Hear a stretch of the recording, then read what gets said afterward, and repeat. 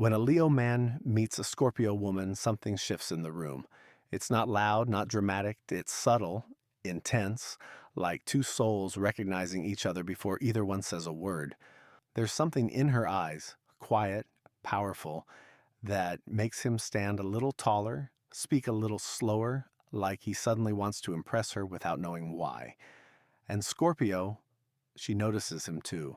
Not because he's the loudest or the brightest, but because his energy feels real, warm, confident, alive, the kind of presence you don't just look at, you feel. What draws them together is the contrast. He shines outward, she pulls inward. He radiates warmth, she radiates depth.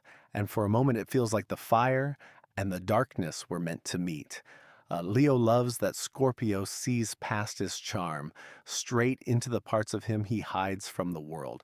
And Scorpio loves that Leo doesn't flinch from her intensity. He leans into it. He finds it beautiful, not intimidating. There's passion, loyalty, devotion, all wrapped in a chemistry that feels impossible to ignore. When it's good, it's intoxicating. Two strong souls who don't just love, they merge, they transform, they remember. To them, it doesn't feel like a coincidence. It feels like fate. And for a while, it's everything. This connection is intense, but intensity has a way of exposing the cracks. Leo's warmth, the same warmth that made Scorpio feel safe, starts to feel a little too open, a little too shared. He's friendly, magnetic, expressive, and Scorpio begins to wonder why he needs so much attention from people who aren't her. She loves deeply, but she loves privately.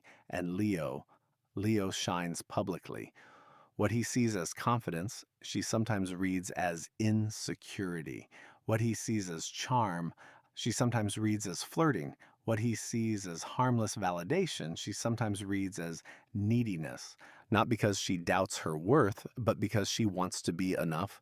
She wants to be his source of strength, his motivation, his fire. And when she feels him seeking that energy from the world, something in her tightens quietly, silently. Leo doesn't understand her growing intensity. Scorpio doesn't understand his need for outside admiration. He thinks, why isn't she more trusting? She thinks, why does he need more than what I give? Little misunderstandings turn into quiet resentment. Leo doesn't like being questioned. Scorpio doesn't like being unsure. So they both retreat, he into pride, she into suspicion. When this connection turns ugly, it doesn't explode at first, it simmers. Leo starts protecting his ego. He becomes defensive, distant, dismissive. If he feels criticized, he pulls back his warmth, the exact warmth Scorpio fell for. And Scorpio, she doesn't fight with words. She fights with silence, withdrawal, stillness that feels like punishment. She starts watching instead of speaking. He starts performing instead of listening. And that's when they hurt each other the most. Leo feels controlled. Scorpio feels unsafe. Leo feels judged. Scorpio feels abandoned. In the worst moments, they stop bringing out the best in each other and start awakening the very fears both of them tried to hide. The pride, the suspicion, the distance no one wants to acknowledge. When they finally break, it's rarely clean. Leo leaves feeling wounded, wondering why something so powerful fell apart. Scorpio leaves feeling betrayed, wondering whether he ever understood her at all. But the truth is, they understood each other too well, and that's what made it hurt. At the end of the day, every relationship, no matter the sun signs, has the potential to work if both people are willing to grow, understand each other's needs, and compromise when it matters most.